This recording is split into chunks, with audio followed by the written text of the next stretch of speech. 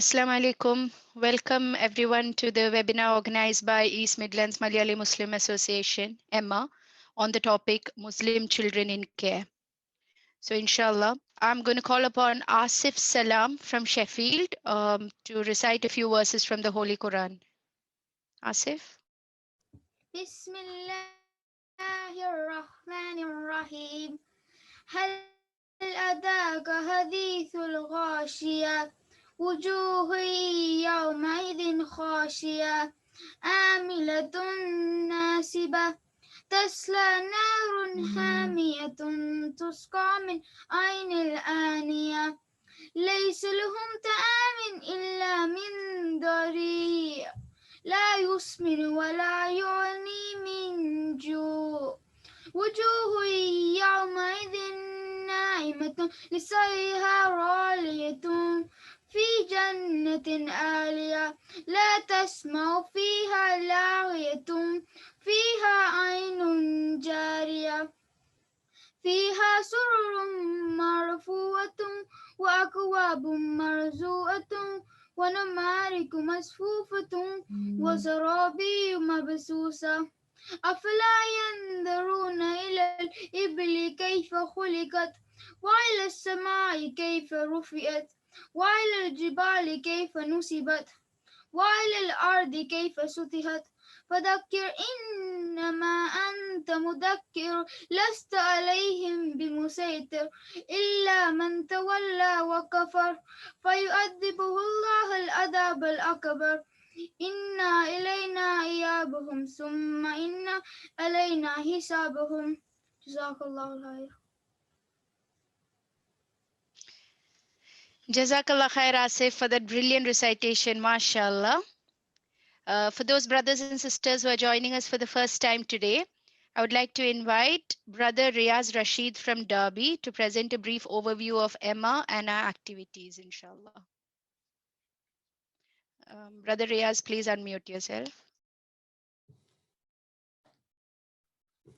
Assalamu alaikum wa rahmatullahi ta'ala wa barakatuh. Alhamdulillahi rabbil alameen. Allahumma salli ala Sayyidina Muhammadin wa ala ali Sayyidina Muhammad. My dear brothers and sisters, I welcome all of you for today's session. Alhamdulillah, by the grace of Allah, we have gathered in this Zoom meeting to listen to the talk of Mrs. Sariya, our speaker. There are some new members who have joined EMMA recently. So I would like to give a brief introduction about EMMA and its services to the community. East Midlands Malayali Muslim Association formed in 2014 with the aim of serving the needs of our community. We serve the needs of the Muslim community with an emphasis on children, youth, and family programs, promoting active community involvement.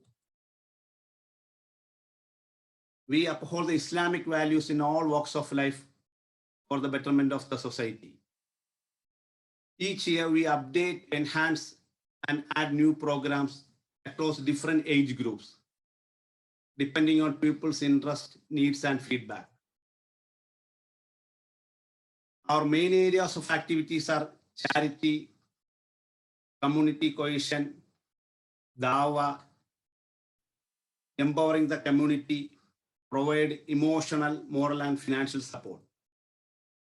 We have conducted many programs and sessions in the past years. We maintain a very good relationship with all our members and other organizations. Alhamdulillah, we organize Quran sessions every month since EMMA started. Inshallah, this year 2021, we are planning to include many more activities to empower and strengthen the bond within our community. Every one of us can contribute in different ways to promote EMMA. Your charitable contributions and participations definitely enable us to develop the organization to build Islamic values in our community. Volunteering your time is priceless to run our programs and activities. So we need volunteers to come forward and promote our program. So I kindly request all of you to make an effort and participate and incorporate your ideas and views towards this. Now I would like to end my talk. May Allah accept all our good intentions and actions. Jazakallah khair. Assalamu alaikum wa rahmatullahi wa barakatuh. Jazakallah khair, Brother Riaz. Inshallah. May Allah always make us among those who strive in the path of His deen. As many of you are aware, we had done a very successful web series on dynamic parenting by Brother Roxy Bakkar. So it was a 4-part series, and the final series briefly touched upon fostering and adoption. As more and more Muslim children are being placed in care, for various reasons like abuse, family breakdown, etc., the Muslim community is watching silently. It is crucial that we understand the gravity of this situation and act now before we lose our future generation. So without much further ado, let me introduce our esteemed speaker for today, Dr. Sariya Cheruvallil. Dr. Sariya dons many prestigious hats. She's an assistant professor and also leads the Faith and Relations Research Group of Coventry University. She's a sociologist of religion. Dr. Sariya has several noteworthy publications to her name, including studies on the care of elderly Muslims in UK, history of Islam in Britain, Muslim children in care, etc. She also specializes in lived experiences of Islam in Britain, Muslim women's experiences of faith, and interfaith relations. So, brothers and sisters, please welcome Dr. Sariya Cheruvallil. Assalamu alaikum, Dr. Sariya. It is a great honor to have you today. So it's not every day. So it's not every day that we have such accomplished women speakers addresses, Muslim women speakers. So I'm sure our audience would like to know a bit more about you. So, Dr. Sariya, I understand that you are a revert to our beautiful religion. So can you tell me about how you became a Muslim?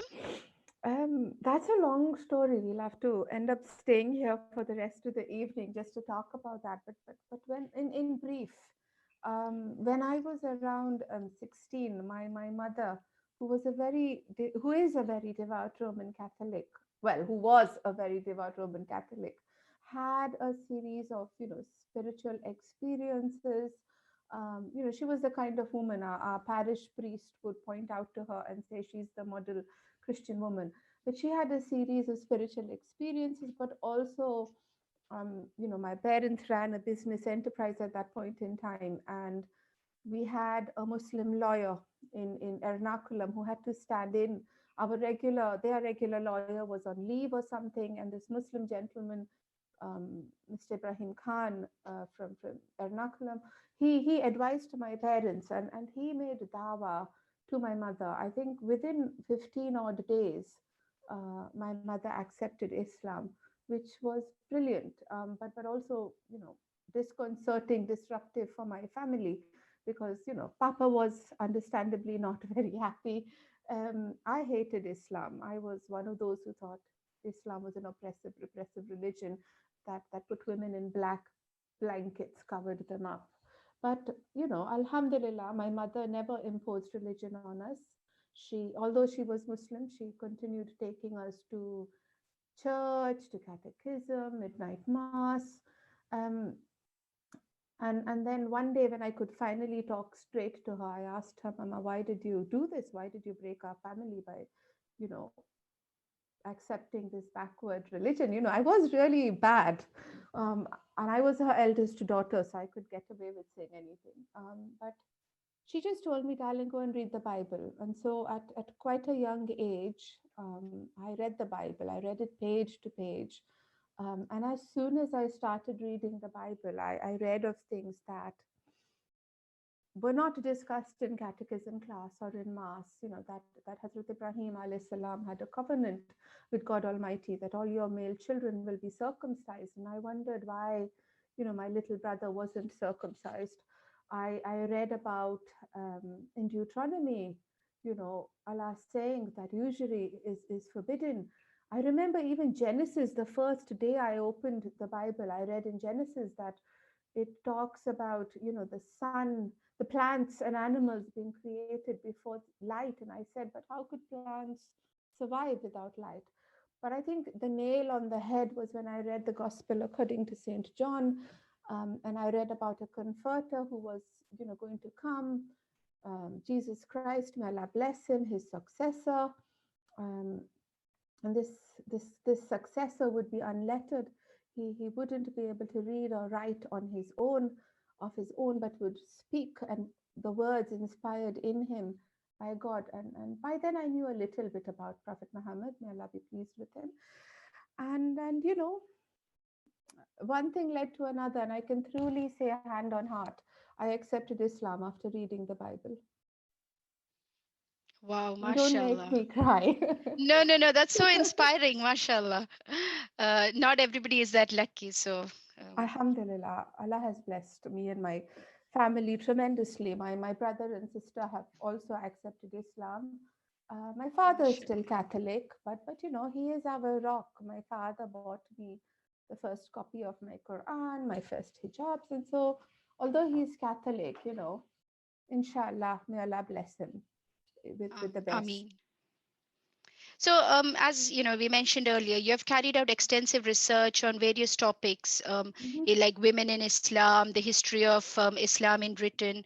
So, was there any one particular topic that was like an eye opener for you, and it, surprised you and inspired you?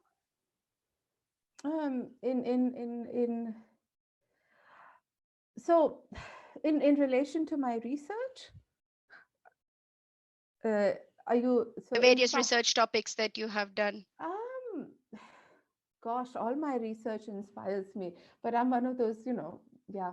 But when I've done an entire piece of work out of around interreligious relations in Britain, around discrimination on the basis of religion or belief, and I undertook this research when I was based at the University of Derby, close to where our previous speaker lives, and what was really interesting about that research is while there are experiences of discrimination in this country that are quite horrible, um, where equality exists in law, but not necessarily in everyday practice, I was also inspired by what people had to say in relation to the possibilities to, explore their faith, in relation to what Britain also allows in, the freedoms of religion or belief that Britain allows, and the fact that people actually appreciate that.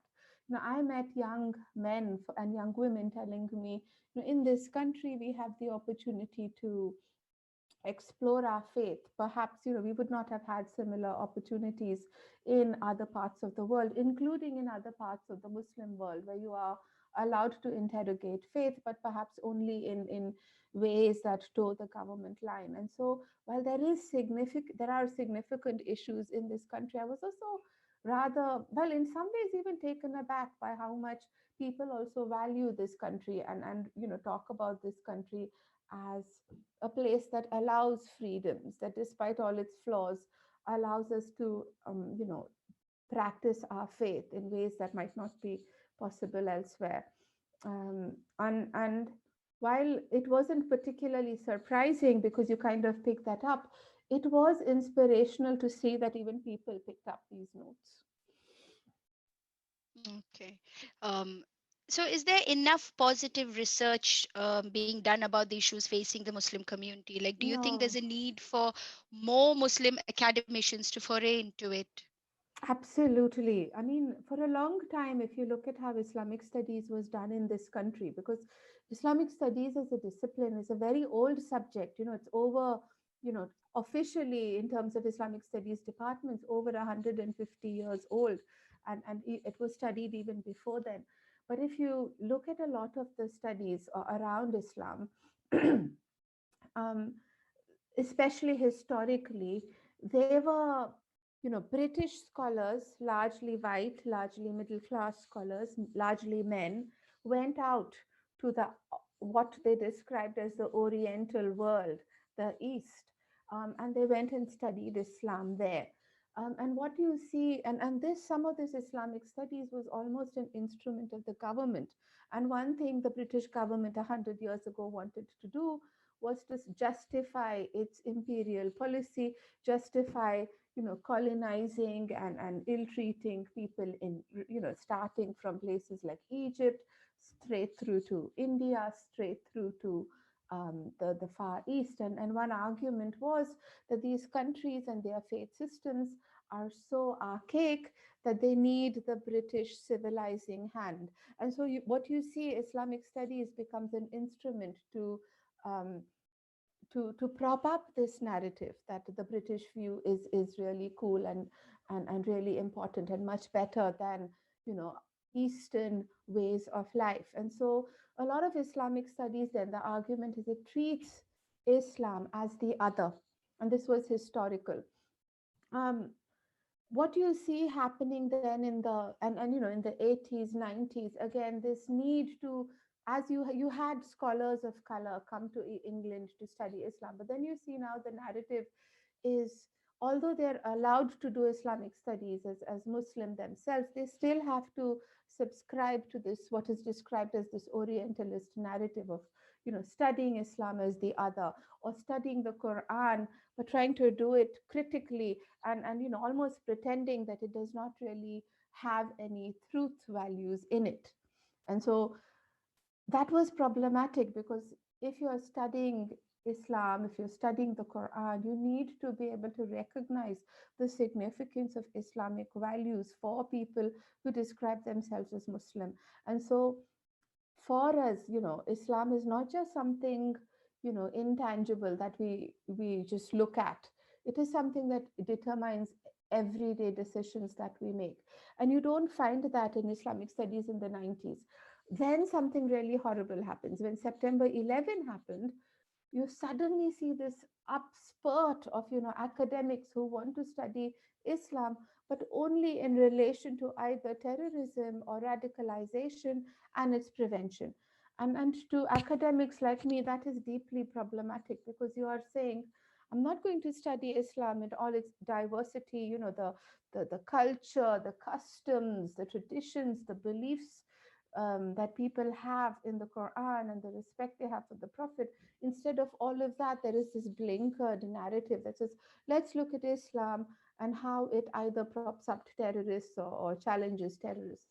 And that is inadequate as well. And so we do certainly need more, young Muslim men and women enter Islamic studies to almost reclaim it. And I see that, 10 years ago when I was doing my PhD, I used to be the only brown woman or brown person in a room. But now I have, when I go to conferences, and I've helped to establish the discipline as well, you can see, young people who are now not only doing engineering or not only doing medicine, which are what traditionally are the professions we go for, but they're doing this, and it's having a tremendous impact on how we do Islamic studies, the intellectual paradigms that we apply. And increasingly people are drawing upon the late, may Allah bless him, Professor Ataullah Siddiqui, who used to work in Markfield, rural Leicestershire, and who only died in November. And he spoke about the need to study Islamic studies, not as something alien, but as something that is inherent to British society and life. And to do that, we need more Muslims doing Islamic studies. MashaAllah, and such positive influences like yourself. I hope and pray, inshallah, that there are more Muslims who engage in research for the betterment of the community, inshallah. So before we move on to today's session, a few housekeeping rules.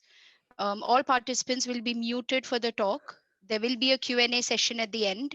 So please feel free to type your questions in the chat window during the session. Alternatively, at the end of the session, you can use the raise hand option during the Q&A session, and you will be unmuted. So inshallah, over to you, Dr. Sariya, for your talk on Muslim children in care. Okay, I am going to try and share my screen. So hopefully I think you can see my screen now. Is that correct? Can you? Yes, we can. Brilliant. So thank you very much. So if you just put, sorry, Dr. Sariya, if you just put it in the slideshow mode, is it? It is, yeah. Okay, it was just, that's fine. I think it was a bit slower than usual because we are on Zoom, but my apologies. Oh, and apologies, there's a typo on the first screen. But yeah, thank you very much for having me today, and apologies for that typo. To me personally, you asked me, Serena, about what is, something that really inspired me in my research journey, and I've done lots of research now over the last decade. I mean, these are the the books I value a lot, and I'm not trying to sort of self-publicize. But what I wanted to do before I actually get into the topic is tell you a little story of how I came to be here. So I am an academic. I am, you all know now, I'm a revert to Islam. I quit my career in investment banking to become an academic because I wanted to work fi sabilillah, in the cause of Allah. But how did I end up, I do research around British Muslim studies, interreligious relations, various aspects of Islamic studies.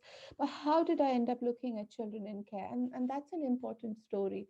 So, I am, in addition to the academic and the scholar, I am also a wife, I'm a daughter, and I am a mum to my two beautiful children.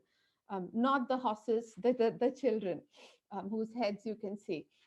Um, but I've my route to family is non-traditional in that, I didn't give birth to my children. They feel like they came out of me, but I haven't given birth to them. I have actually adopted them, and I am adopted mummy to my children, which is an honor unimaginable. But I will come to that in due course. They bring me so much joy, those two little imps there, but also a lot of pain, like I was telling Zarina this afternoon.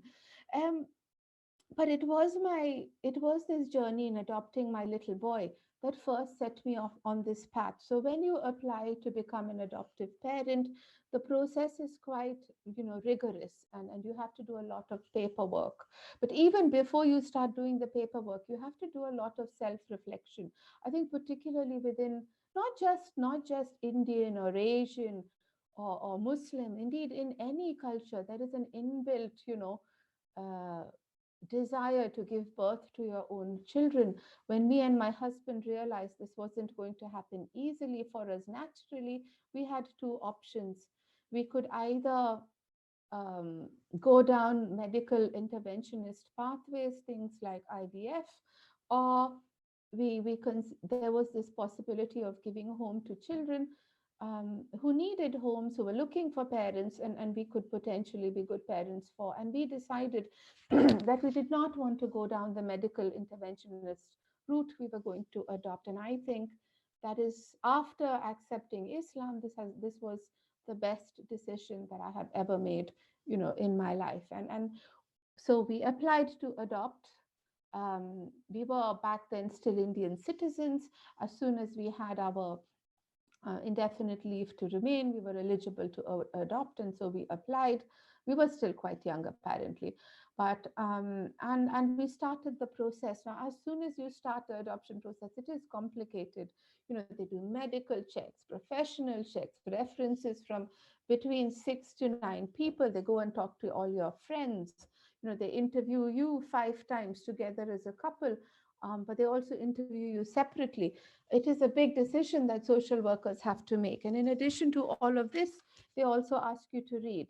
Now, being an academic, I read everything except what the social workers asked me to read, because that was all too boring. And so I started looking out at, research papers and publications. And I realized that despite the Quran, the overarching ethos of the Quran saying, put your hand of kindness on the orphan, we had done, as a Muslim community, we were doing a big disservice in that. In terms of research, there was hardly any research around vulnerable Muslim children in care. And in terms of what we did, we largely ended up putting orphan children into orphanages, or we sent money to orphans living in places like Pakistan via charities. And as I continued reading, because that's what academics do, I realized that that was not necessarily in the best interests of children. And so I said, let's do some research. That is a drawing that me and my son has made of me and him. I think the likeliness is amazing. He has a brilliant future as an artist, I think, but nevertheless.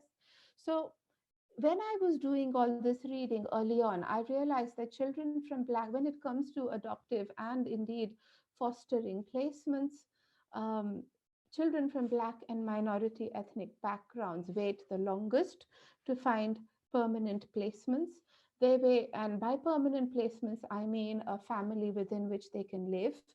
The government statistics do not tell you, do not at this point in time record religion, but I did again, when you survey the literature and look at indices around ethnicity, you realize that Muslim children wait potentially longer.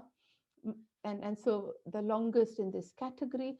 There is also, inadequate numbers of Muslim foster carers and Muslim adoptive parents coming forward. I also, from a practice point of view, there was almost nothing in relation to how social workers engage with Islam, both as practiced by Muslim adults, parents, but also in relation to children, and what were children's identity needs. There was a big elephant in the room, and there is this in social work practice. They have this term UASCs, which stands for Unaccompanied Asylum Seeking Children. Every year, around 5,000 children come into Britain as asylum seekers on their own. Their parents might either smuggle them onto a plane or in a truck, or scrimp up whatever money they have and give it to people, smugglers, but somehow try and get at least their children here. These children arrive as unaccompanied asylum seekers, and then British social care system starts, caring for them.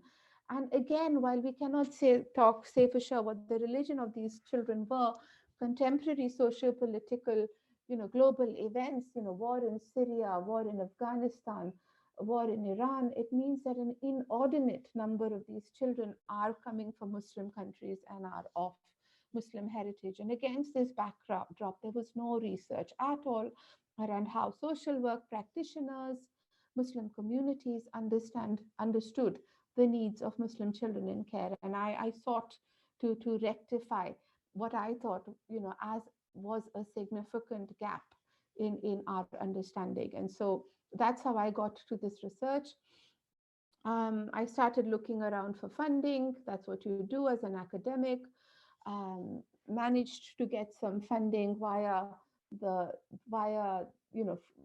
in collaboration with Quorum BAF, which is a big adoption and fostering NGO, but also working with the charity Penny Appeal, who did some brilliant work back then, although I understand they have issues now.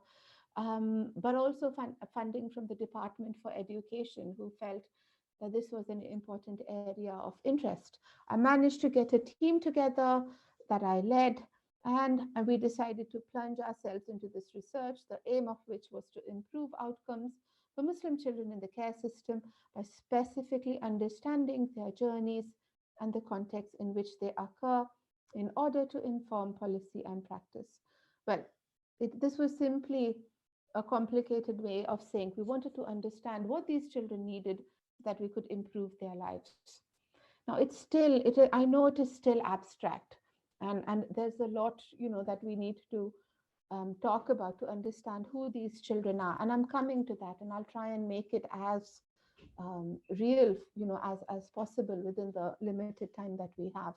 But basically, I collected, in terms of the methodology, we collected data. We wanted to figure out how many Muslim children were in care.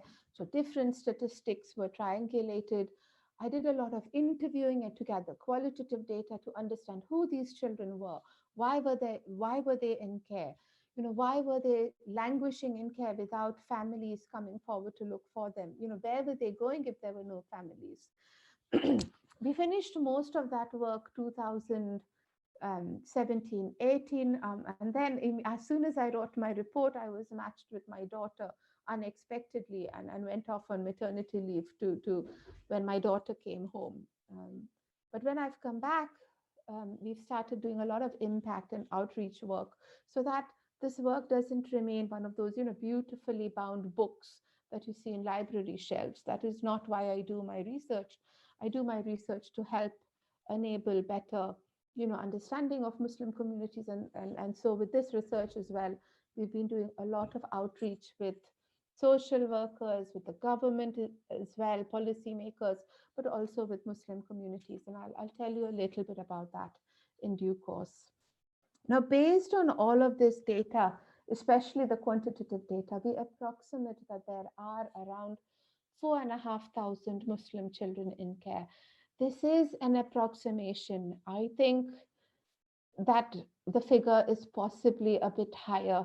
That is my sense from the statistics, but the best statistical approximation tells us 4,500 Muslim children in care in Britain. Let me put that in perspective for you. So every year there are around 70 children who are taken into care. The reason Muslim children come into care are no different than the reasons other children come into care. So when I sat down with social workers, they said Muslim children might come into care because of abuse in families. This might include domestic abuse, substance abuse, sexual abuse, and it's quite hard talking about these things and hearing some of these stories. But and I will tell you some of these stories. They might come into care because their parents have severe learning disabilities or severe mental health disabilities or severe issues, which mean they can't care for their children. Some children come into care because their parents don't want them. The child might be the result of, sexual abuse, or young people might end up having a relationship in university and they don't want to tell their parents, and they don't want the child, so the child comes into care. But it is quite sad. These are beautiful children who are not wanted by society, or society can't care for them. They come into care, and I think we have a responsibility to care for them. You just heard my little one. I don't want her at this point in time, at least. Go away, Zaituna. In terms of why these children come into care, they come into care, like I said, all of these issues. There are also these unaccompanied asylum-seeking children who come into care because they come on a plane from somewhere and they need parents. All of social work, and a lot of Muslim communities, when I do this talk, they tell me, oh, but we have orphanages. Why can't you put them into orphanages? But what years of research into social work tells us is that children don't need orphanages. They don't need institutions. They need parents. They need families. They need siblings. They need homes, that they can call their own. And this is what the entire social work system in Britain is geared towards. If a child comes into care because of abuse, a social worker will get a call saying, oh, there is this abuse. We suspect that there is abuse in so and so house. Social workers will go and investigate. Overarchingly, the law says that if you encounter, or if you have to take a child into care, the first thing and the most important thing you need to try and do is try and work with this child's biological family and try and get the child back. So if you've taken the child into care because the parents are absent, and absent parenting is a big problem, then find out the reasons for this absence. If the absence is because the parents are drug addicts or alcohol abusers, work with them. See if you can enable their alcohol or drug abuse to, if you can, they can help them deal with it so that they can care for their children. And if they make improvements, the child goes back to their parents. But unfortunately, in a significant number of cases, children cannot go back. And so some of them will stay in foster care, especially older children. They stay in foster care for the rest of their lives till they are 18. But a significant proportion, around 11% of the children who come into care are placed into adoptive homes, because it is quite clear that they can never go back to their biological families. There is risk of life, and so they're placed for adoption. And then social workers try to find adoptive parents who can best meet these children's needs. What else should I say in terms of context? There are also other pathways. So, some, I mentioned briefly that overarchingly within social work policy in England, biological family is given weight over everything else. So, if the social workers have worked with biological parents and they can't deal with their problems, the social workers will look for biological family. They will look for uncles and aunties or brothers, or grandparents who can look after these children. And that often is called either a kinship care arrangement or a special guardianship arrangement. These are all technical terms, but I think the gist of all of these terms is social workers will try to find families, for children rather than place them in institutional care. A small minority of children, and Muslim children are disproportionately represented in this category, but a small minority of children go into institutional care, which is basically an orphanage. And again, what statistics tell us is if children go into orphanages, their life outcomes, and by life outcomes, I think statistically, there are indicators, there are employment, there are educational indicators, their career indicators and also their well-being and happiness indicators are generally less better. So if they have been in institutional care, children tend to do much worse than children who are with families. So that's a bit of background. And I'm going to take you, this into the table on your screen is just the people whom we spoke to for our interviews. But I'm going to take you straight into our findings and recommendations now. But I'm going to do so by rooting some of these findings, these recommendations. I'm going to root them in stories of children whom I encountered during my research journeys. So I'm going to tell you two stories, and then I'm going to start making my recommendations. I'm going to tell you the story of a young woman called Fatima firstly. Now, Fatima came into care with her siblings, her brothers, two younger brothers. When I spoke to Fatima, she was 18, and so I was able to speak to her. But when she came into care, she was around 15 and a half, 16. So she came into care as a minor, and her younger brothers were much younger than her. Now, when I spoke to her, she was a very articulate, young woman, and a young girl to whom you could see her religion really mattered. Her parents had taught her about faith. She knew about Allah. She read the Quran, and she depended a lot on Islam for her strength. Now, when I spoke to Fatima, she said she came into care quite suddenly. And she came into care because she wouldn't tell me why she came into care. She said her parents committed a crime, a horrible crime, but she couldn't tell me what the crime was because she couldn't bring herself to say that about her parents. But basically, overnight, her parents were taken into custody, and she and her two brothers found themselves in care. She also had two half siblings.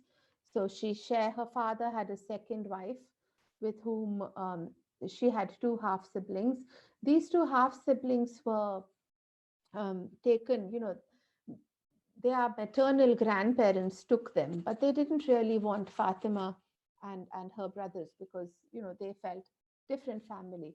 And so there was nobody within the family to care for Fatima. They found themselves in care. And she says, suddenly there was a social worker saying, come on, pack a few things up. I have to take you away. I have to take you to social work because, and find somebody to look after you because there is nobody here to look after you. And so Fatima being the elder sister, and you often find this, the eldest sibling becomes like a parent. So she was only young. She was only 16, 15 maybe, so still young. She helped her brothers, she packed some things for their brothers. She says, we didn't know where we were going. We were put into a strange car. We were with a strange woman who was kind, but also she was official, formal. And we were taken to a strange area, to a strange house. And they were placed into what is called, emergency foster care. There are foster carers who take children in emergencies. And they were placed with a Black woman of African Caribbean heritage, a Christian woman. Now, Fatima tells me this woman was very kind, and she helped us. She gave us a bed, but she says the first day we didn't eat anything because she offered us food, and when we looked into her fridge, there was ham in her fridge. And coming from a devout Muslim family, we felt we couldn't eat any of that, and we didn't want to eat anything that was in her fridge because it was impure. There was ham there.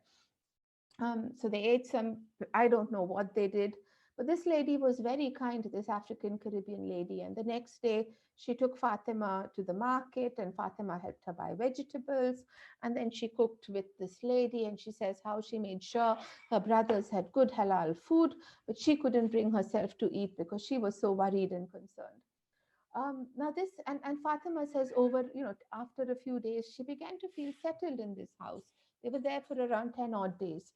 But this lady's home was only an emergency home. And so the children had to be moved on. And they got moved into a Sikh home. And so the social worker said, she's South Asian, like you. These Fatima and her brothers were of Bangladeshi heritage. But she said, you South Asians, you're all similar. And that's fine. This Sikh home was a very interesting home. They had some very funny practices in relation to foster care. Nothing to do with faith, but there was no love in this home. Fatima says it was very regimented. They went to their rooms at 7 o'clock. They came, they got up at 6 or whatever. They went to school. They came down for breakfast so and so time. They ate. They went back. There was no love. There was no sense of family. Fatima says a month after being placed there, they realized there was another child as well. This was a home that was characterized by bad foster care practice. Anyway, it was time to move on again. And this is what happens in foster placement. Children are moved over and over again with no sense of permanence. It's not very good for children. And imagine one of your children being moved, because they can't live with you. It's not good for their well-being. Now, this time something really sad happened. The children got separated. Now, usually social workers will try and keep sibling groups together, but this is not always possible. So Fatima found herself moved into a foster carer, into a foster home, which was Muslim Pakistani. One of her brothers stayed in the Sikh home, and a third, the second brother, got placed in a South Asian Hindu home. And this was just before Ramadan. And when Fatima told me the story, I welled up. It was so hard because she spoke about having, quite a nice Ramadan.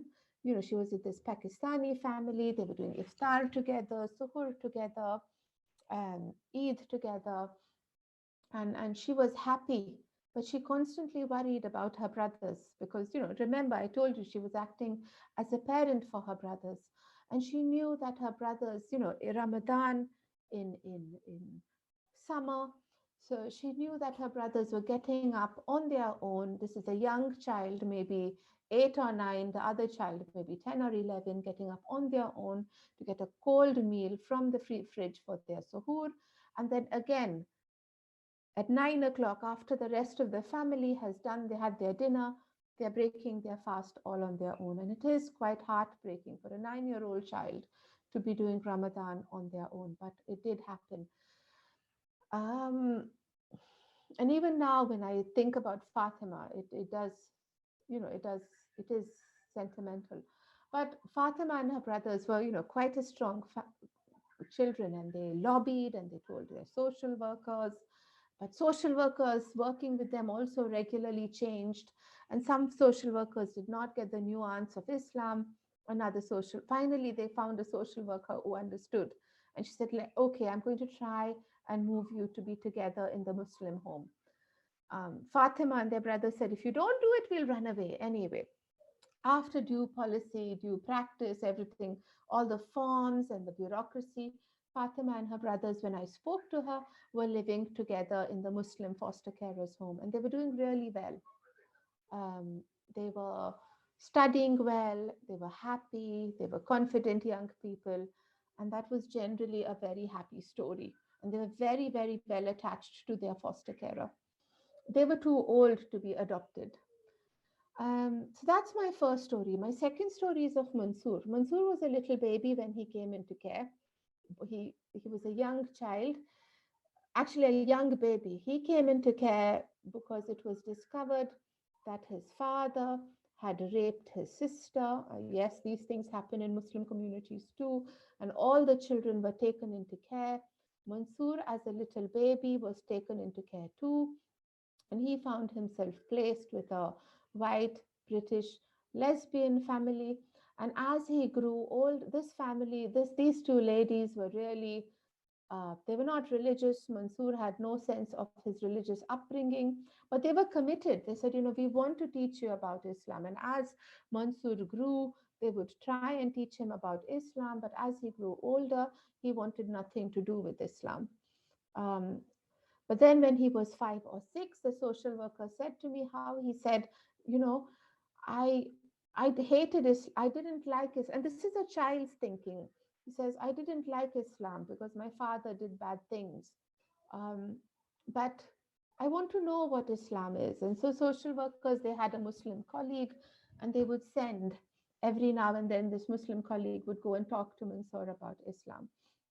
Um, and it's interesting what our children can get and cannot get. I mean, I could go on telling you stories. I mean, there was another story of a young lad called Hussein of Pakistani heritage who came into care because, his mother remarried and his stepfather was beating him up and treating him like a slave. When Hussein came into care, it was horrible. He was branded a troublemaker because every time he would be placed in a foster home, he would run away. um, Social workers tried to place him, in really um, with experienced foster carers. He'd still run away. And they said maybe he's a troublemaker, maybe he's got behavioral issues. Then one day, because nobody else wanted him, he got placed with a newly qualified Muslim heritage, a Muslim Pakistani foster carer. And as soon as Hussein met his Pakistani foster carer, his foster carer says, I said to him, Assalamu alaikum. And Hussein replied, Wa alaikum assalam. And suddenly there was a sea change in Hussein's behavior. Um, he started talking. He said he ran away from one of his foster homes because there was ham and he didn't want to eat that. In another home, he ran away because there was a dog and he didn't want to live in a home where there was a dog. And so it was these little things, of everyday Muslim life that were impacting his decision on whether to stay or not. Children have been called bad mannered because they sat on the floor and ate with their hand. But Muslim heritage children. But this is a cultural thing that we do all the time within Muslim families. And so it is these cultural nuances that we need to be aware of when looking at adoptive and foster placements. Now, in terms of, just to clarify these categories, because I know I keep using adoption and fostering and other terms. By adoption, I mean, by fostering, I mean a child is taken into care for whatever reason, and then they are placed with suitably qualified adults who can care for them on a temporary basis, while social workers are trying to make a decision for this child. The decision might be that the child goes back to their biological family because issues have been resolved. The decision might be that they find a grandma or somebody to look after the child. The decision might end up being that we find a long-term foster placement, and especially for older children or children coming in as unaccompanied asylum seekers. Social workers might try and find a foster placement where there's no change in who these children's parents are, but it just provides a stable home. Foster carers are paid to look after these children, and the government continues in foster placement to make payments, both to meet the children's expenses and their needs, but also to the foster carers. Now, for some children, it becomes very clear they can't go back to their families. They can't, and they're young. It is likely that you can find an adoptive placement for them. And so for some children, it's decided, especially the younger ones, that let's put them up for adoption, which means let's find a new family, for these children. And in these cases, adopters are not, parental responsibility shifts from biological parents. While they are in foster care, it shifts to, it is shared by the local authority and the foster carers. But if the child comes into adoptive placement, then in law, adoptive parents become the parents of these children. Um, there is, and you basically become like a normal family. Nobody pays you to look after the children. These children just become yours. So it's important to bear these categories in mind as we look at the recommendations I made. The first recommendation I'm not going to dwell on today because that's for government, and I am working with government, and I basically tell them we need to count faith. We need to find out the exact number of Muslim heritage children in care. And we can do that through the regular statistics that the government collects.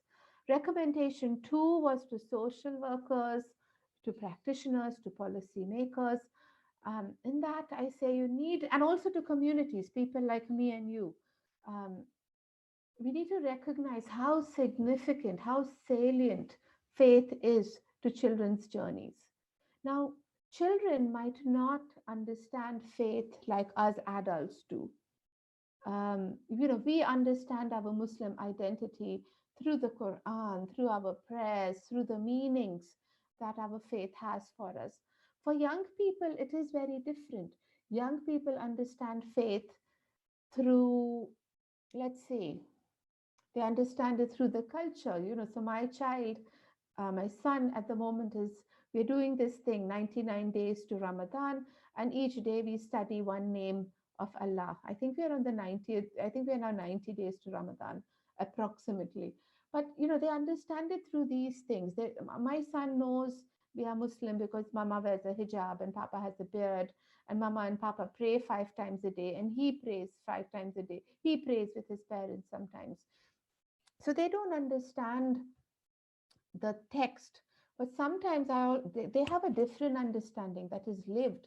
But children's understanding is sometimes also perhaps much stronger than ours because they have this direct connection to God Almighty, especially if you have, parented them to be God conscious. And so for Fatima, whose story I told you, even though her parents committed some crime that I shall never know what the crime was, they had instilled this God consciousness in the children, so that for these children, Islam was really important. Fatima said to me, she says, sometimes I feel really lost and I'm really sad, but I always know that Allah is with me and that gives me strength. And even when she was separated from her brothers, she says, I knew Allah was with all 3 of us, and so I drew strength from that. And we need to recognize that in children's identities as parents, but also social workers and policymakers who work with these children if these children happen to come into care. Let me tell you another quick story. And I spoke to a social worker who told me the story of 3 children, again a sibling group, who came into care. These children came into care, and it was quite an interesting story. Their parents suddenly decided, her parents were not very religious to start with, and then they took on this Islamic identity that was very strict. Now, I don't know the details. Remember, the story is being told to me secondhand by a social worker.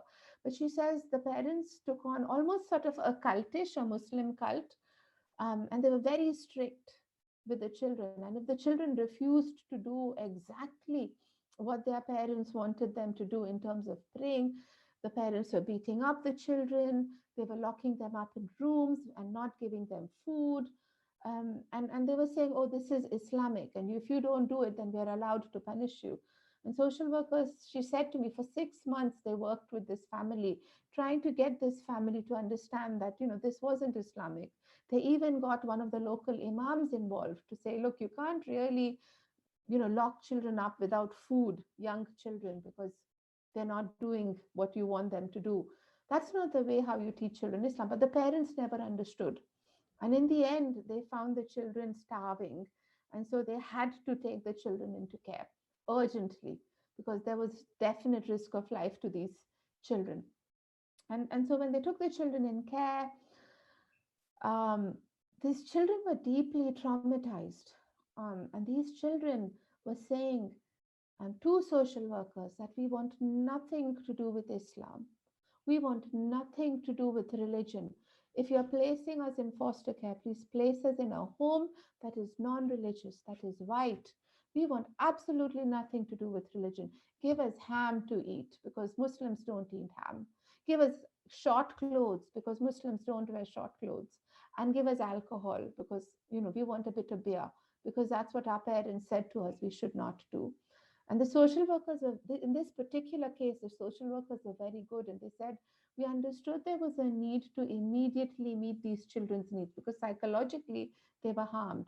But at the long term, we also knew, we had to talk to them about Islam because the Islam they had encountered in their families wasn't the right kind of Islam at all. So moving on, and so I work with social workers to tell them, how what is good practice? If you are suddenly find yourself caring for a Muslim child, how do you deal with that child's Islam? Recommendation 3 was around, Islamic theological guidance, because when I went out into Muslim communities, I actually had some Muslims tell me, oh, actually, we can't adopt a foster, and we can't because in the Quran, it says adoption is haram. Another Muslim, some adopters told me how their parents, refused to talk to them because they were adopting. Foster carers told me sometimes they were really respected because they were foster carers. But other foster carers told me they were excommunicated from their communities because they were fostering children. This one lady, the lady who was fostering Fatima, she told me they stopped getting invitations to weddings and birthday parties, and basically none of their Muslim family wanted to talk to them because they thought they said, you all are doing something wrong. How can you look after children who are not yours biologically? And so I saw the need to develop and disseminate Islamic theological guidance, and I did that by working with over the leading British Muslim scholars in this country. I am part of the British Board of Scholars and Imams as well. Well, they asked me to be part of this board after I worked with them on this adoption project. And they have developed guidance that you can read. People, adoptive and foster parents, and particularly adoptive parents, were concerned about establishing mahram relations because they said, if you adopt a baby, that's fine. But when the baby hits puberty, will a mother have to start doing hijab in front of her son? And will a father have to stop cuddling his daughter because they're not biologically related? And again, I worked with scholars to talk about this. And what the scholars said to me is, if possible, there is the possibility of, lactating a child. You express your breast milk and you feed it to the child, and that establishes mahramiya relationships. But actually, the scholar said, you don't need to do this. Because if you are looking after a little baby, my children came to me very young as babies. If you're looking after a 2-year-old or a 3-year-old or a 4-year-old, and you're meeting this baby's everyday basic needs, then you're automatically establishing familial relations, and you're automatically establishing mahramiya by meeting a child's really, really intimate needs, and you're automatically family, and there is room for that within the Sharia. And so perhaps you don't even need to lactate, you just need to be mommy or daddy. Similarly, modesty guidelines and foster carers. There are frameworks within foster care, which means that you don't necessarily, you maintain privacy with any children you are fostering. And when you study these safeguarding and privacy policies, you see it almost matches Islamic modesty guidelines. And so this was one concern that we sought to alleviate, and so that we didn't really want Muslim communities to be worried about this. Recommendation 6 was again to the government. In 2014, till 2014, the government used to say that the policy was that in relation to adoption in particular, the government said that social workers should place children in same ethnic and same religious homes as far as is possible. So if you're looking for an adoptive home for a British, Bangladeshi, Muslim heritage child, try and find a home like that for the child. If not British Bangladeshi, maybe British Indian, but they are Muslim, but try and do it so that children are placed in homes that they can recognize, where they share values and cultural symbolism. But what the social workers found and what government found, the impact of this policy was that children just waited. Muslim children waited the longest. And so in 2014, the government said the emphasis should not be ethnicity or religion, and they removed it from the policy guidance. It should be speedier placements, because more than anything else, children need families. What this means for practice is more and more Muslim children may be placed in homes that are not Muslim. As a mom, adoptive mom, to me, that is problematic. And this is what my last recommendation was. So recommendation 6 was to the government, and I said, instead of changing the law, you need to invest more. You need to invest in outreach so that the communities that are underrepresented among foster carers and adopters understand the significance of the issue and come forward to adopt or foster. And the government needs to evaluate the law, but that is for the government, not for us to talk about today. I want to briefly talk to you about the theological guidance that I spoke about. So I worked with over 60, well, I addressed over 60 traditionally trained alims and imams, really, really significant key Muslim scholars. It seems like when it comes to issues, around adoption and fostering, we aren't really talking about it theologically or sociologically. And so I felt it was important that our leaders, our faith leaders, do something in this regards.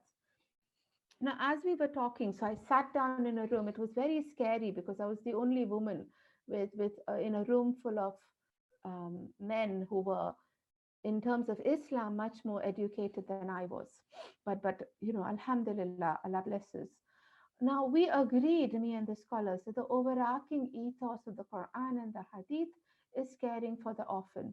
They ask you, the Holy Quran 2:20, they ask you about the orphans. Say, it is good to set things right for them. If you combine their affairs with yours, remember, they're your brothers and sisters. Allah knows those who spoil things and those who improve them. Had He so willed, He could have made you vulnerable too. He is almighty and wise. Yet when it comes to practice, you see that some Muslims are shying away and they're saying it is forbidden and haram. And so and not all. And others say, oh my gosh, what will we do about the hijab? We can't adopt, or we can't foster an older child because I have my wife. How will my wife cope with a young, 14-year-old or 15-year-old man in the house? But these issues are not insurmountable. And what scholars said, above everything else in relation to these children, above everything else is first their life, their jaan. After that is their iman and protecting their iman. After that is ihsan and teaching them to do good things. And when you consider their life and their faith, after that come issues around hijab and issues around, can I or can I not do this? And as we were looking, and I sit and do my own research as well, and I came across, in chapter number 4, I think it's verse number 127, where Allah subhanahu wa ta'ala is talking about, vulnerable women, orphan women. It's talking about orphan children and caring for orphan children and doing good by them. But there the Quran also talks about vulnerable children or helpless children. And to me, the Quran talking about helpless or vulnerable children directly aligns with British legal social work legal frameworks that again talks about vulnerable children. And so I think what scholars said is we need to think about definitions of yatim. And traditionally, definitions of yatim or orphan child has included where one or both parents are dead, or especially where the father is dead. But they have said we need to, it is completely within the Quranic ethos to redefine yatim as vulnerable child. Um, we need to look at adoption as kafala al yatim, or caring guardianship of the yatim. And they said that caring for vulnerable children according to Islamic law is a communal obligation. There are issues. There are issues around mahramiya and establishing family bonds. There are issues around surname, because British practice says you give your child your surname. Let's take these issues one by one. So in relation to surname, what they said was surnames that we practice today are very different, because what the Quran says is do not give your adopted children your name. Um, and what they said this refers to is the kunya name, or what this refers to is the clan name. And in the Malayali community, we know, I use Cheruvallil as my surname, but a lot of Malayalis don't. You just use your father's name or you use initials.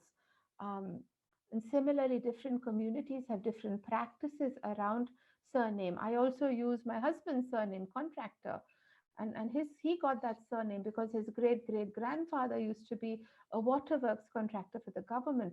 So surnames have a very different function than they did in Arabia 1400 years ago. And what they are saying here, scholars, is we can give our surnames to our adopted children. You don't have to give foster children your surnames, they retain their surnames. But if you adopt, you have to give them your surnames. And they said that's not problematic, as long as the child knows that this is not their biological surname, but it's the surname that your adoptive parents have given to them. In terms of establishing familial bonds or mahramiya, I told you what scholars said about adoption. If the child comes to you very young, you can lactate if that is possible. You can work with a recognized medical practitioner. And in some women, even if they don't give birth, are able to, what's the word I'm looking for? Produce breast milk, and then you can feed that to your child. But that can be very dangerous for other women. In my research, I found women were downloading, and medical practitioners here will know, they were downloading hormonal instructions from the internet, then buying hormonal medicines and self-medicating so that they could produce milk to give their adopted children. That is so dangerous. Don't do it. Women can die. But other women, I have been advising local authorities, and so now local authorities understand and are working with Muslim adoptive parents. If they want to do this, they can, by working with their GP or another doctor. But actually what the scholars said, you don't even need to do that. You clean a child's, nappy, and the mums in the room and the dads in the room will know. Clean a child's, poo nappy, for the first 3 years of their life, mahramiya is established. And that the scholars agreed, because you're so intimate to the child's needs. In terms of foster placements, it's a completely different argument. And it's, I think it's quite okay for foster parents to practice a little bit of distance from their foster children. And actually, that is what safeguarding policy says. There are issues around inheritance. Adopters ask, can my children inherit from me? And scholars said up to a third, you can bequeath, but potentially you can give more if you want to. And so what the scholars concluded was that if you are able to, and this is their words, they produced a guidance document that's available to download. If you are able to, then become adopters or foster carers in the tradition of our Prophet Muhammad, may Allah be pleased with him, to act as role models for our communities. They also add, this matter can thus be defined according to Islamic law as a communal obligation, a wajib al-kifaya, whereby a group within the Muslim community must fulfill this responsibility on behalf of the others. If the Muslim community as a whole fails to fulfill a communal obligation, that the whole community can be considered blameworthy.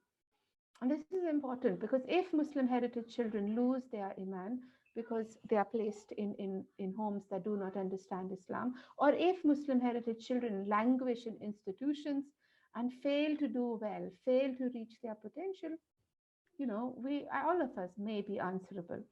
Okay, and I'll move forward from there quite quickly because that's really heavy stuff. What do I continue to do? I am continuing to share good practice with social workers so that they understand how best to meet Muslim children's needs. I go out to the community and I'm talking about the work like I'm doing today. Social workers in particular do not often understand Islam. I mean, there was a case, a Muslim social worker told me this. He was working with some children who were in foster care, and one of the girl children who was, one of the daughters was wearing a hijab, and after 3 weeks into foster care, she removed the hijab. She said, I'm no longer going to wear my hijab. And one of the social workers said, oh, maybe she's gained in confidence. But this man, because he was Muslim himself, he said, wait a minute, has she gained in confidence or is something worrying her? She may have taken her hijab because she's being bullied in school. She's now in an all-white school as the only woman.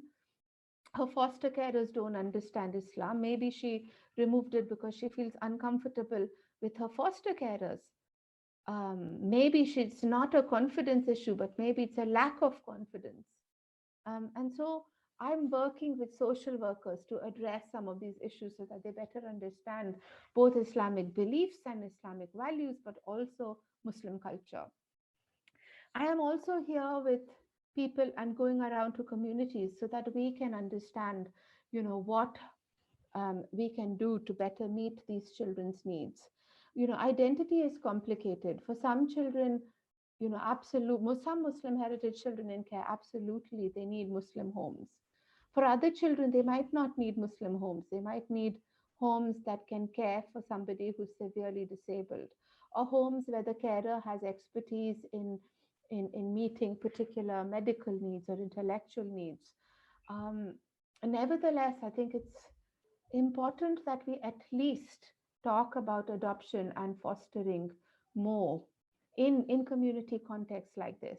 I know so many Muslim heritage families, Muslim friends, Muslims, but also actually my extended Malayali families who are not Muslim, but who are my friends, and my cousins who are childless and who go to doctors, and try to seek intervention, IVF, so on and so forth, in order to get children who are their own biologically.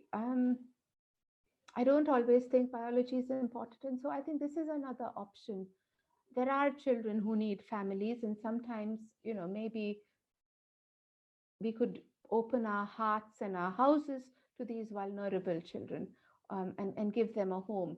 We might be able to do it in a foster placement, and this is especially relevant to people who, where one parent isn't working, who's at home. This is also a pathway to income, because remember, foster placements are paid, and there are families who make this their profession. I spoke to a Muslim foster carer who was a taxi driver, and then he hurt his leg and could no longer drive a taxi. And somebody told him, he always wanted to foster because he had read in the Hadith that Prophet has said, somebody who cares, puts his hand of kindness on an orphan, is like this, next to me in Jannah. And so he always wanted to foster, and he had trained to become a foster carer. But when he could no longer drive a taxi as a foster carer, fostering also became a pathway to a steady income. And so that is something to consider. There is also the adoption route, where you become parent in law to a child. And when you can't have children of your own, this is something I would strongly ask you to consider. But more than anything else, we just need to talk about it. We need to talk about the fact that there are children, Muslim children, who cannot be cared for by their biological family because of various reasons, because they are refugees, or because their parents are bad, or because their parents are unable to care for them, or their parents are dead. And we need to open our hearts to these. To conclude, then, I'll just say one thing. When I deliberated long and hard with Muslim scholars, with social workers, with people who've been researching social work in this country, and one thing struck me: both Islamic law around orphans and vulnerable children, so the Sharia around vulnerable children and orphans, as well as British civil law, British family law around vulnerable children, both agree on one point. And that is that whatever you do, however you care for these children, you care for them with kindness, you care for them with love, but you preserve this child's biological heritage. British law insists that even if you adopt a child and you become its parent and you give it your surname, the child is made aware right from very early on that that child is adopted and that he or she has a biological family somewhere else. That is exactly what Islamic law tells us as well. And that is what the Quran says.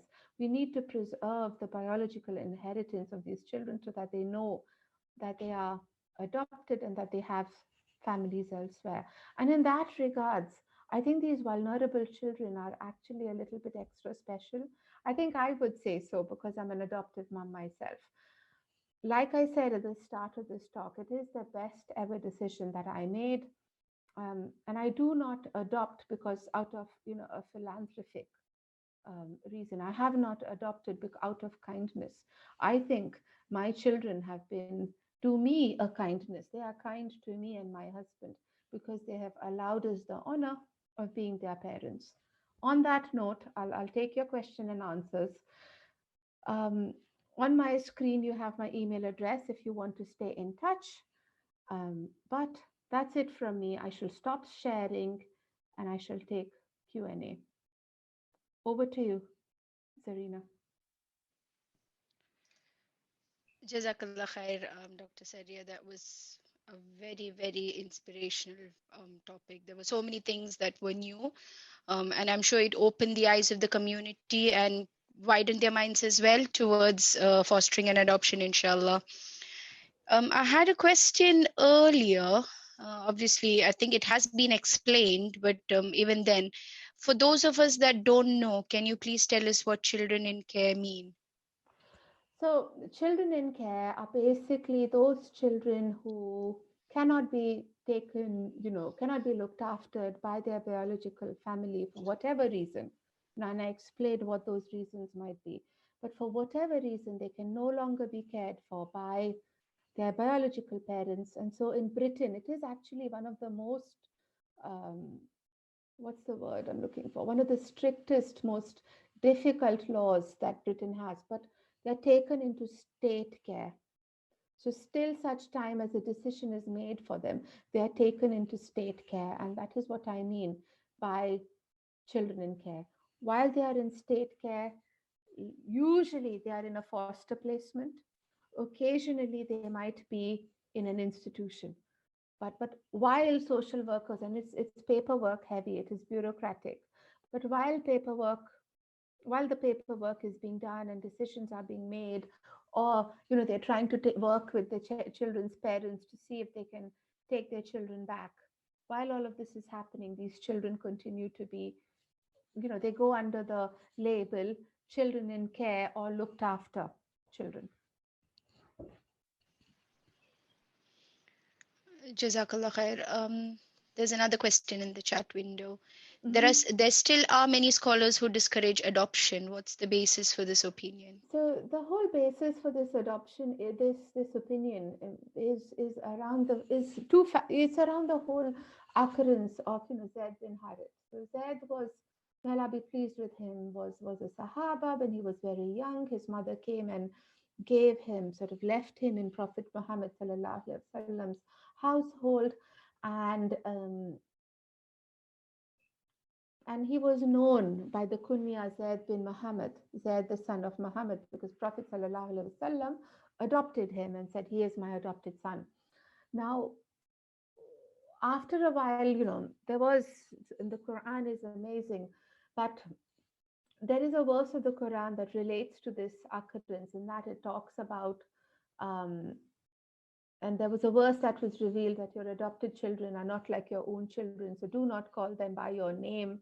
Um, and after that, Prophet Sallallahu Alaihi Wasallam asked Zaid not to be known as Zaid ibn Muhammad, but Zaid bin Harith, who was his biological father. And so scholars take a very reductive understanding of this particular verse of the Quran and use it to say adoption is forbidden. Um, the reason, so, but when you look at that verse and when you start looking at it, and also looking at the Quran holistically across different verses, what you come across is this notion around caring for orphans, but also this overwhelming thing. So back then, when adoption or fostering was practiced, um, the process, there was adoption was practiced in such a way that the child, if you adopted a child, that child became your own completely. That child would often have no understanding of his or her biological heritage. They would have no sense. You hid all of that from the child. And that process that is sometimes described in Arabic as tabani, that's forbidden. But what if you look at, and that is what actually even historically adoption looked like. But if you look at contemporary practice, adoption practice, particularly in this country, the whole weight, what psychologists have told us is that what is best for a child, for this vulnerable child, is to know its journey, to know where it's come from, to know that it has a biological family. This might be a difficult thing to talk to the child about. Nevertheless, you have to do it in a way that is, age appropriate and child friendly, because that makes children stronger. And so contemporary practice around adoption is very much in line with Islamic practice. And while we are on this topic, I mean, if you look historically at Muslim practice around adoption and fostering, and if you look what happened before institutions, traditionally, Muslims, if your parents died, your uncle or your auntie or somebody would take you into their family. And that was Muslim fact practice all through history till about 300 years ago. And I know a colleague, and a historian, who analyzed this, and he says around 300 years ago, we saw, Islam began to encounter Western culture, along as part of colonization. And it was very much Western culture that had orphanages and that had children's homes. And we started taking that culture and appropriating that culture for ourselves. And so if you look at the history of orphanages within Islam, it's very difficult to find an orphanage that is, more than around 300-400 years old. Not because that is not what we did. Anyway, that's the brief answer to the theology. I have another question that came to me. Is there enough support from the side of the government for adoptive and foster parents? And what sort of support is available? So in terms of, so these are two different things. In terms of foster care, like I said, there are, training workshops, there are NGOs, there's the fostering network. To become a foster carer, you have to go through the whole process, of being vetted, etc. But once you are in foster care, you're actually supported by, at least two social workers. So you're a social worker who's attached to you, as well as a social worker attached to the child. The social worker takes you through policy, through practice, there is also government pots of money to there is the regular allowance that the child gets, that the foster carer gets, but also various, training and looked after, or children in care get priority admission into schools, etc. And there are various, local authority led frameworks. If you're struggling, you can get help. Adoption is slightly different, because in adoption, the child becomes your own.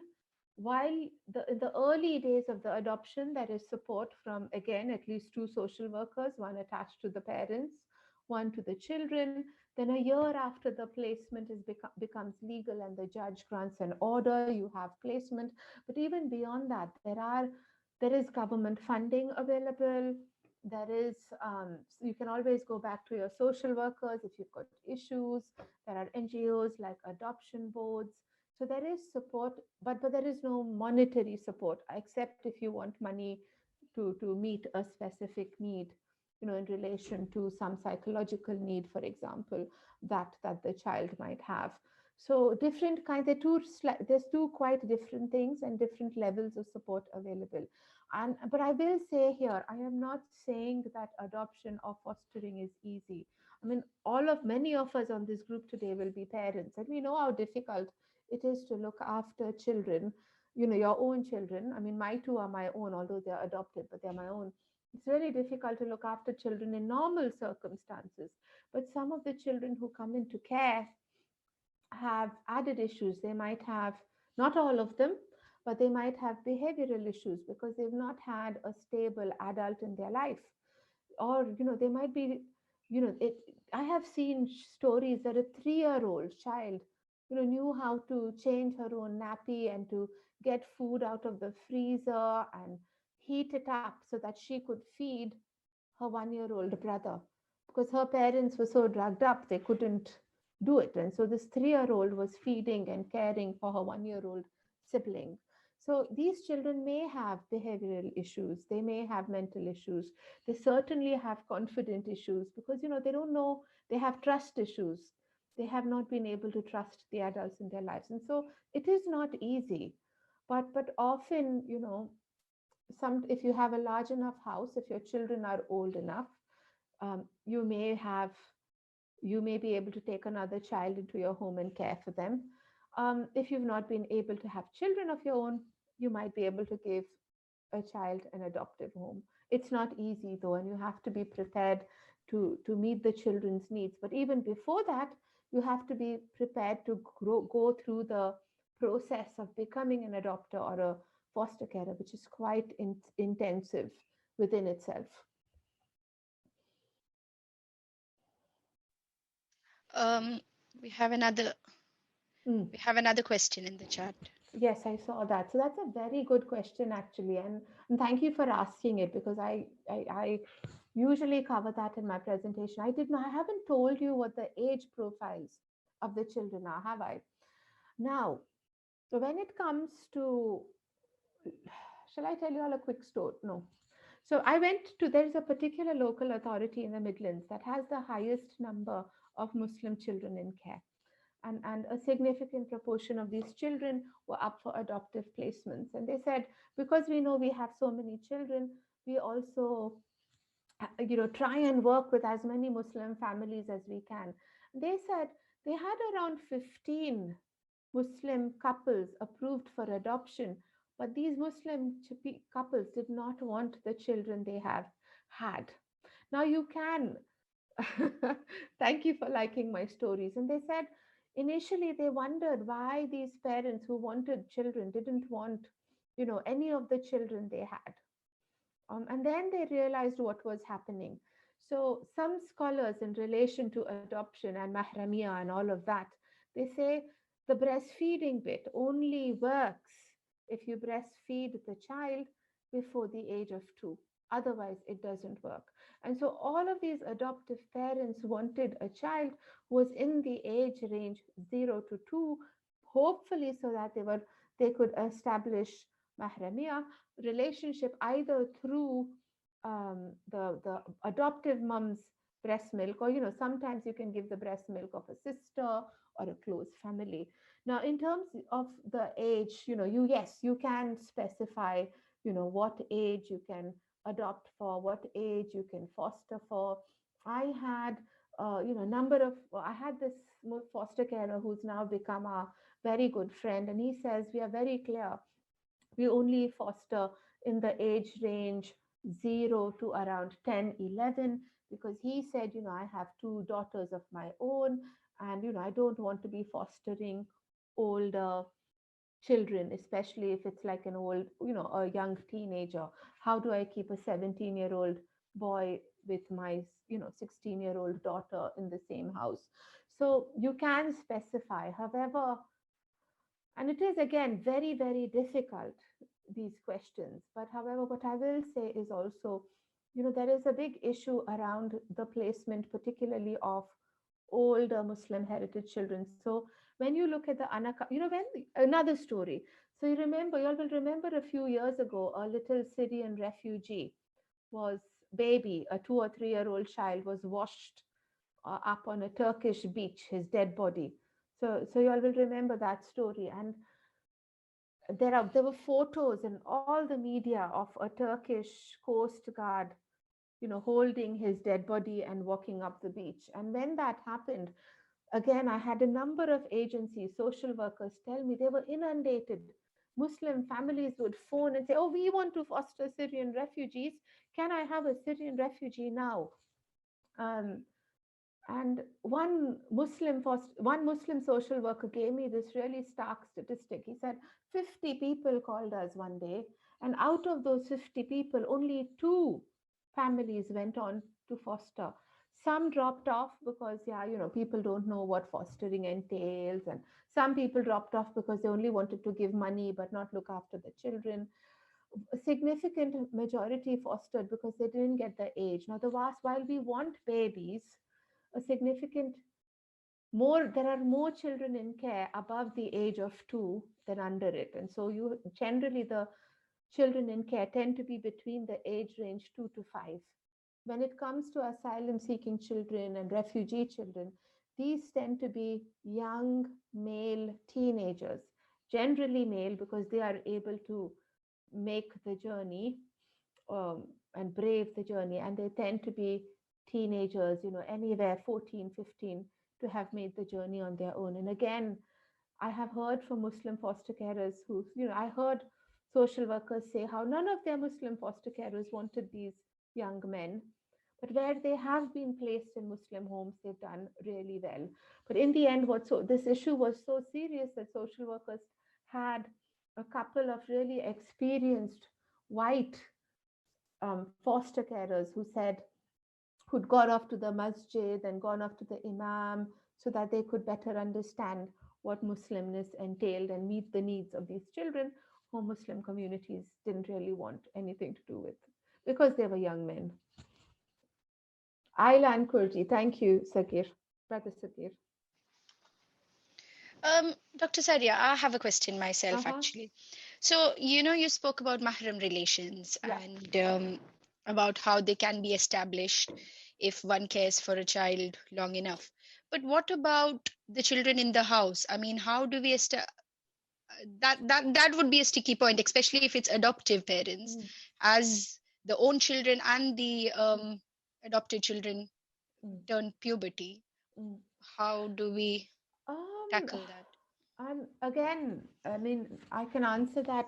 So some adoptive families, especially Muslim families, when it came to adoptive placements, they said, I spoke to one of my research assistants, spoke to a number of couples who said, when we adopt, we want a sibling group.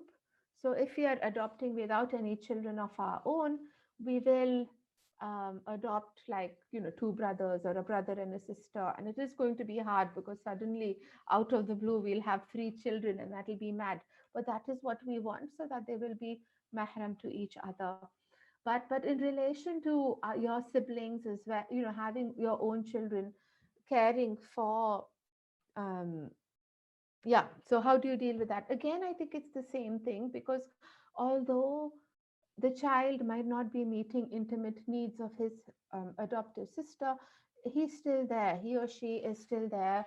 He or she is still, and again, psychologically, and this is what scholars spoke about. It was the whole psychological impetus. He or she is still going to be there. He or she is still going to, look after the child, help with homework, help play, protect them on the playground, help mommy with nappies and that all helps. And so psychologically they become brothers and sisters, which is actually good enough. Apparently, as per the scholars, there will still always be questions asked.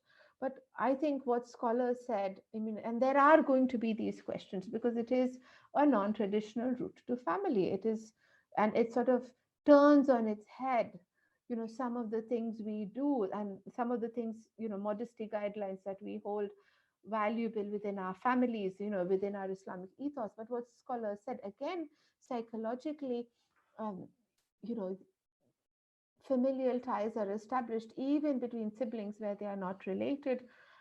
And I think they said, and I'll go back to this, they said overwhelmingly, when it comes to the Sharia, we have to protect life, and then we have to protect Iman, and everything else is secondary. So if we are not protecting life and if you're not protecting Iman, then hijab and everything else is comes after. And so we deal with that. I mean, in foster placements it's easier. So in foster placements what happens is, and I didn't explain it enough, is if you've taken a foster child into the home, if the woman is wearing a hijab and there's a young teenager in the home, that's fine, because you're not doing, frontal hugs. You don't go into bedroom, especially for an older child. You don't go into their bedroom, with them on their own.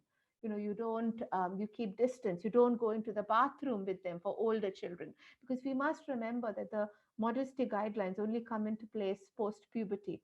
But post puberty, immediately you have, in foster placements, all of these safeguards written in that ensure hijab is protected. Um, Saying that, I think time for another story. I spoke to a Pakistani foster carer, young man, the taxi driver, you all will remember. And he said his second or third placement was a young woman, 16, 17, 14, 15 maybe. And he says he was very hesitant about a young woman, because he was the primary carer, and he had a wife who was there and who was secondary carer, but he said he didn't really want a young woman. But this particular young woman's story, when he read it, he realized that she was just being moved from home to home to home because she wasn't settling. And he guessed it might be, because she wasn't being placed in Muslim homes. And he said fine.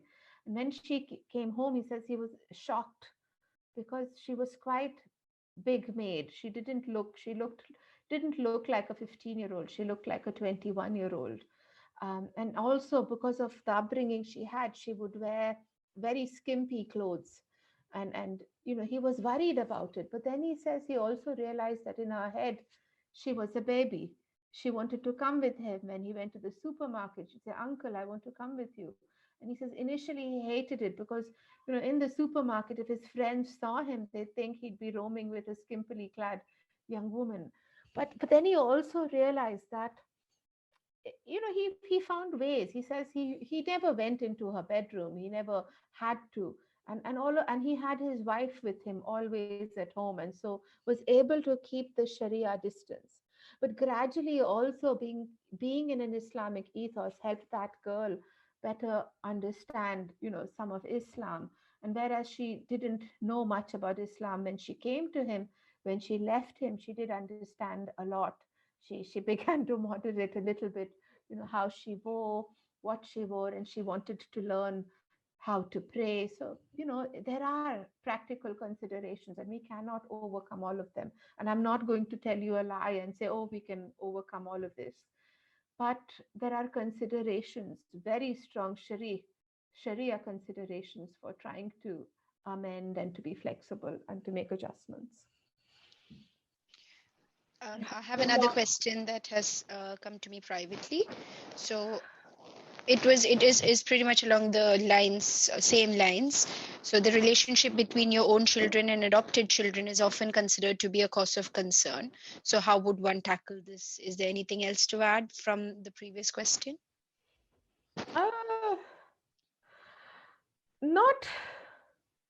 Not really. I mean, I think I should say this at this stage. So, again, going back to the Zaid bin Muhammad, Zaid bin Harith, may Allah be pleased with him, narrative. What also happened was, as part of that narrative, Prophet ﷺ was then allowed to, when Zaid divorced his wife, there was a special narrative around Prophet being allowed to marry his adopted son's ex-wife. Now, there is that, and some scholars worry about that, but again, there's a lot of difference in opinion around that, and so while it is something to bear, and I think what scholars agree was, if you look at the Quran holistically, that again was to drive home the point that life history, like biological inheritance, like biological family, they remain significantly important to a child's identity.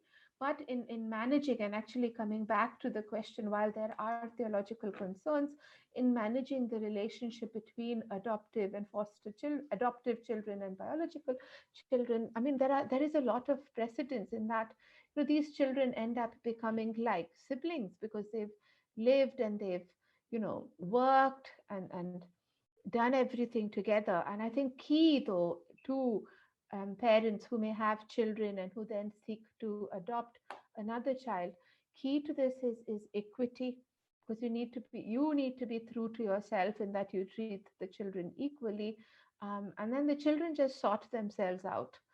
But it is important that as the adults in the relationship are completely on board, and understand the significance. And I think one thing that really does help is also, all the children understand what adoption is and understand the difference between popping out of your mummy's tummy, and being put into her arms by a social worker. There is a difference there, and you can explain that to children in using child-friendly language. There is a question here that I haven't answered about how long can the foster child stay with you. It varies. It varies. So you can be a short-term foster placement and just take children for a short time till such time that decisions are made for them and they are moved on, but either to an adoptive placement, or they're moved back to their families, or they're moved to other homes. But some foster carers also have a long-term foster caring arrangement, in that, especially say a child comes into care at the age of 14, 15. At that age, adoption is not really viable, because the child is not really going to attach with new parents. It has too strong a sense of its own biological heritage, etc. And so, especially for older children, adoption is not viable. And if the child can't go back and they can't find an uncle or auntie, then either only two options remain: either you put the child in an institution, or you look at a long term, the child remains in foster care. And for such situations, social workers have what is called long term foster care. So the child can stay from the age of 12 or 13 or 10, or whenever it's come into care, with the foster carer till it is 18. Because what you don't want is, in a normal foster placement, you don't want the child to be moving, all the time. You don't want that 2 weeks it's in one house, and then 3 weeks later it's moved, and then 6 months later it's moved again. You want a semblance of normality for the child, so the child knows it's in foster care, but also knows it will be staying with, Uncle Ali and Auntie Khadija till it is 18, and Uncle Ali and Auntie Khadija then become the adults whom they can anchor their lives to, whom they can go to, for advice. And if they have to, children need adults. So Uncle Ali and Auntie Khadija can then become their adults, although they're not their parents, if you know what I mean. Dr. Sariya, I'm sure your talk got many of us thinking today. So if somebody wishes to foster or adopt, what would be the first step? I mean, who would they have to approach? So ideally, for both adoption and fostering, there are all local authorities. So you can go to your local authority, which will have a children's services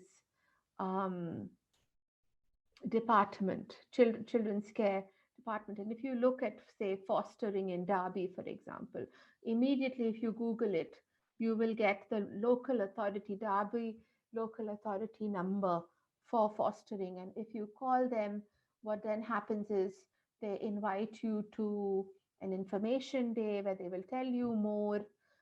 You already know a lot because you've been through this, but they will tell you a lot more. They will tell you about the children's backgrounds.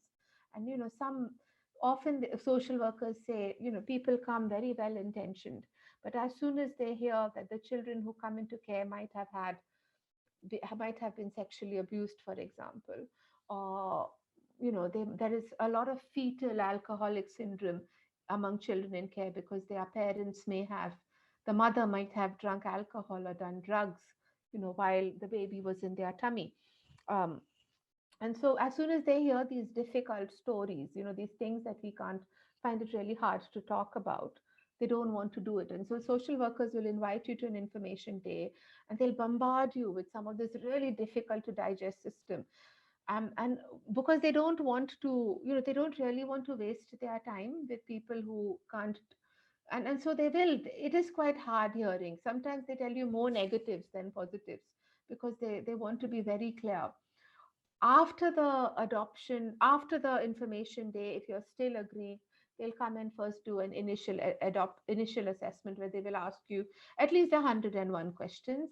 Then they will do a full assessment where they'll ask you at least 1,001 questions, and they'll want you to meet all your friends and your family. And basically, um, and for adoption, it is similar: information day, and then you will also, for adoption and fostering, you will be asked to attend training around various bits. It is quite different for adoption and fostering, but your first port of call would be your local authority. For fostering. For adoption, you have regional adoption agencies. I know from West. So again, if you phone your local authority, they will tell you who your regional adoption agency is. I think there is an East Midlands adoption agency, and I know that the one for West Midlands is called Adoption Central England. And again, it's a similar process. Um, in addition to the local authority pathway, there is also the voluntary independent sector. So places like Barnardo's, and places. So these people, they don't have any children, the voluntary sector, but they will still train you and complete your assessment and then pass you on to the local authorities. Now, in my own experience, I have found the local authority pathway more effective because I also know they have the children and they have therefore all the power. However, some people, they do swear that the voluntary sector, the independent sector is much better. Um, Partly because places like Bernardo might understand cultural issues better. I mean, there is an olive tree, there is a Muslim-led organization called Olive Tree Fostering that's located up north, and they are led by Muslims, and so they really understand Muslim heritage. And there's another one called TACT, I think, in Birmingham, again, Muslim-led.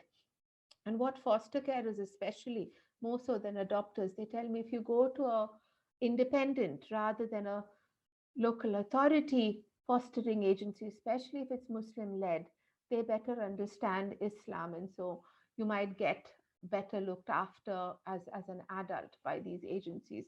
But I would still say your first port of call is the local authority. Find out, the number, phone, and the social worker will answer your questions. But if anybody needs further information, feel free to shoot me an email. And if I have the time, I'll be very happy for a chat as well. Does anybody have any other questions? I think we'll wait for one last question if there is any, and then after that we can have the vote of thanks. Okay, question from Brother Muhammad Sagir. Any advice to organizations like us? Well, I mean, the fact that you've asked me to come here and do this session is excellent. Thank you very much for organizing it. But also to everybody, there are now 28 people. At one point, there were 30 people online. taking out your time to hear about this and listen to this. Any advice to organizations like us, and how can we work on the cause? Well, continue to talk about it like you have. If you've got within your membership people who have the bandwidth to take on a child, by all means talk to them. By all means give them a link to this talk if one is going to exist, or a link to my reports, or because there is this whole thing, remember Fatima? I spoke to you all about Fatima, the young girl who was separated from her brothers. Now Fatima, I didn't tell you this at the time, and what Fatima told me was that despite now being very happy in her foster placement, long-term foster placement, she's 18, but there is something called staying put arrangements, and she could continue to stay with her foster carer, and she calls her auntie. She says, Fatima says, despite being so confident now, she hadn't told anybody in her school, in her college, that she was fostered, because she said, it is considered taboo. The fact that foster carers told me they were being excommunicated and nobody was talking to them because they were foster carers, that's really sad. And the fact that these young children who have had so much to go through have now said we are hiding who we are because we are worried that we'll get told off, or we'll be treated as lesser Muslims, or because our parents committed a crime, or because our parents sexually abused somebody, we are being blamed for it. I think that's sad. And so I think having conversations among ourselves and not making this taboo and removing the taboo from it is really, really important. To me, this remains, out of all the research that I have done, and I've done a lot, this remains one of the most emotional, because I have lived it as well. I live all my research, but this one I live it as my mother.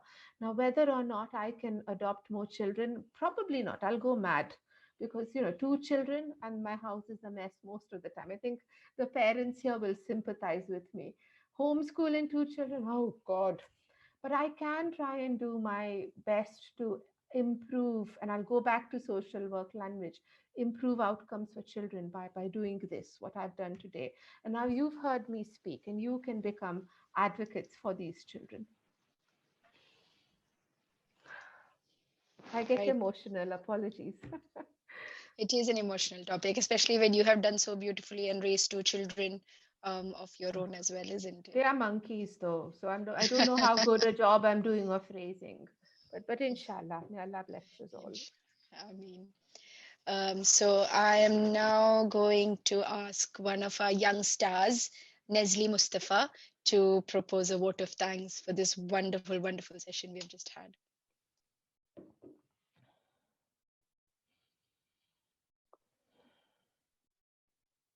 Assalamu alaikum. Wa alaikum assalam. Can you hear me, right? Yep. Assalamu alaikum. That was such a wonderful, interesting talk. It has showed us how important it is that we should help those in care so that we can achieve a positive outcome. And it's our duty as a Muslim as well. So thank you so much, Dr. Sariya Cheruvallil, for your great insights today. The Q&A was also really excellent. There were so many questions and it's been so useful. And your expertise on the matter has been very, very helpful. Thank you so much for that. We hope that more from our community will step up and help those in need of care. I'd also like to thank our audience for being such great listeners and attending this webinar today. So once again, thank you so much for this. I'm sure all of us have learned something, or learned a lot this time. So thank you so much. Jazakallah. Thank you, Nesli. That was, thank you for having. I'm glad. Thank you very much. Dr. Sariya, I think someone has asked for your email address. So if you could type it in the chat, that would be helpful as well in case anyone has any questions to ask you. Yes, I'm doing that now. Because I've got a complicated surname, I prefer the numerical email address. It's ac0967@coventry.ac.uk. Okay, then. That's that for this evening. Zarina? Yes, I'm just going to ask another youngster. I'm going to ask Ibrahim Sagir from Nottingham to close the session today with a dua. Assalamu alaikum wa rahmatullahi wa barakatuhu.